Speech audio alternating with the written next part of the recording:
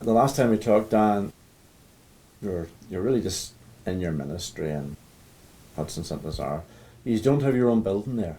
No, How do you find that?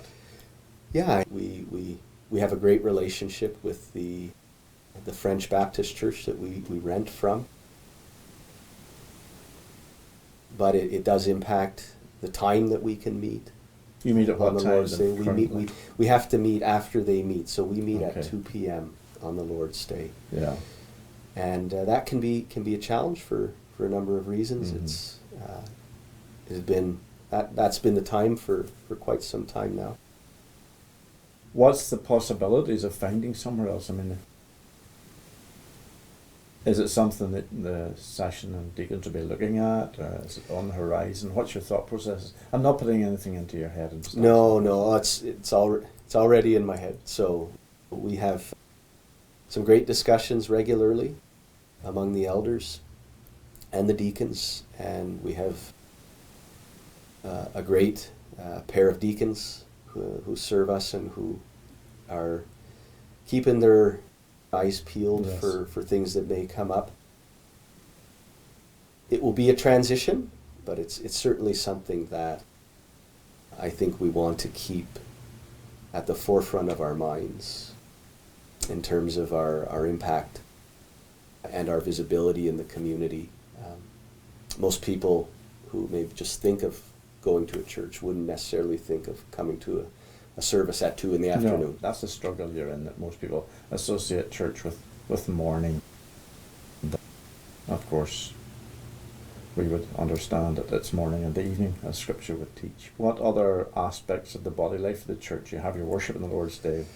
Yeah, we worship on the Lord's Day. We have our prayer meeting on Wednesday evenings. We have our weekday Bible study on Thursday evenings. And before COVID, we had the women meeting up once a month and the men meeting up for breakfast once a month. It's always good when men meet for breakfast. It is, yeah. It was our breakfast and book study that we started. And it's a good way no of sooner had we ordering it. started, that the COVID came. pandemic came. So, yeah, but we try to we try to keep the blood flowing in terms of our body life throughout the week. Yes. As much as we can without it becoming burdensome. Yeah. To That's a people, fine and balance to so- keep. Yeah. We were praying for you for your picnic. I know that's a summer activity. You're not doing picnics in the late winter, but We actually had a picnic yesterday. oh, it was yesterday. Well, Yeah, we prayed so- for you yesterday. Yeah, thank you, Those are thank you. good. We had a same park that we Yeah. had the picnic in last year Yeah. where your family was joining us, and yeah, we had beautiful weather and good time after worship yesterday. Had some visitors from Russell join us. That's good. And yeah, and we do soccers. We have a Friday night soccer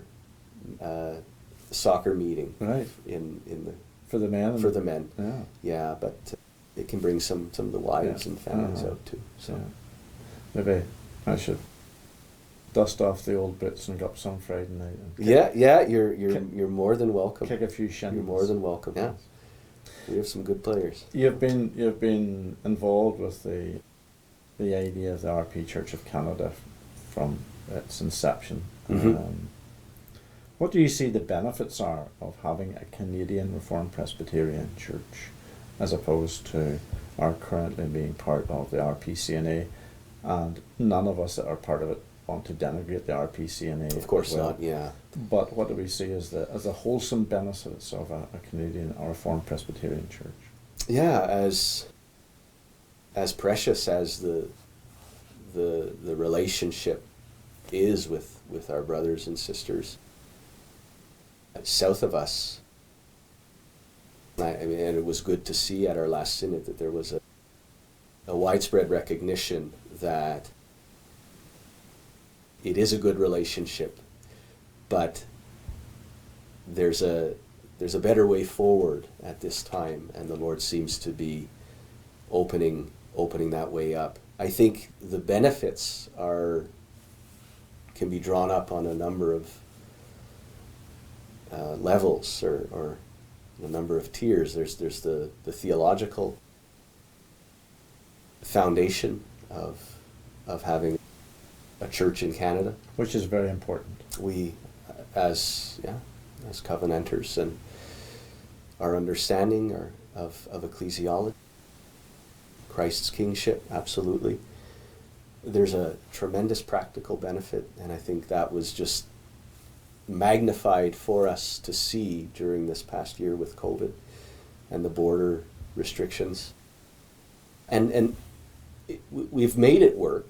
Prior to COVID, we've been able to make it work, but it has been a lot of weight on the shoulders of the Canadian men, and prior to me even being in office within the denomination. So having things, and I think it's just wise to, and good stewardship to acknowledge the resources that Christ has given us up here.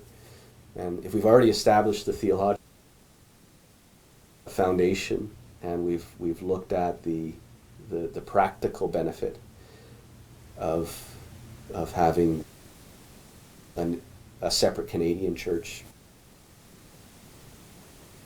with, of course, fraternal relations with the rest of the Reformed Presbyterian churches,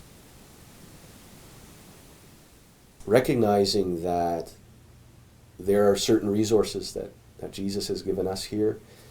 Let's not have them diluted by trying to, spread them out as thin as we can just so they can cross those geographical bounds. But where they're concentrated is where they're strongest. And right. I think that's, if we can recognize that there seems to be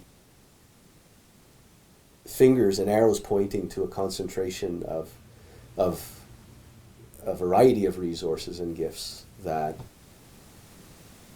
could be used in the master's service here in Canada as we seek the kingdom and the upbuilding of the church. So I would say those three things: theological, practical, and the use of resources.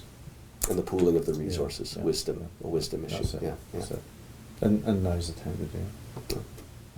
Dan, it's been a real pleasure and joy. Likewise. I've Andrew, just thank really you. enjoyed hearing about your testimony, the despair, and then the peace that comes, and then the walking into the things of the kingdom. He does all things well. He does. He does. He's blessed you with a godly wife. Amen. And a son to look after and care for. And we look forward to seeing what the Lord does, both in Hudson and in our Church in Canada. That's right. Always a pleasure, Andrew. That's Thank good. you. Thank you, brother. Okay. All right. Take care.